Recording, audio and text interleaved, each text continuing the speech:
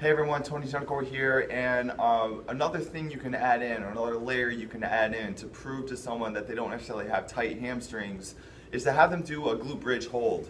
If they pass the active straight leg raise or flying colors, which you can see above in the blog post, and then the next thing you can do is add in a glute bridge. And what you'll do is you'll have somebody assume a glute bridge stance, and you have them bridge up.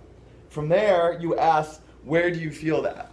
And a lot of times, you're going to feel somebody, you're going to see somebody point to their hamstrings, maybe their quads, not to their glutes. That's a key thing to note.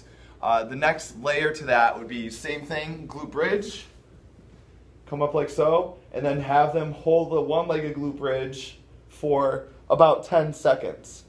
Now, there, you're going to see a lot of people point to the hamstrings. Their hamstrings are going to cramp up.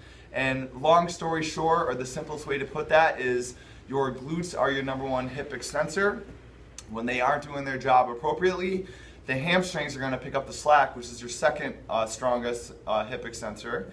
And they're picking up the slack. And the reason why they often feel tight is because they're being overused because the glutes aren't doing their work. So it's not so much a lot of people have tight hamstrings or short hamstrings, but they just have a pair of glutes that really aren't doing their job effectively. So sometimes the bigger issue is working on glute strengthening, glute activation, anterior core strength, not to mention positioning of the pelvis, but what they think is a hamstring issue is often not. So again, that's just a really quick screen you can toss into people just to prove that their hamstrings are more often than not the culprit.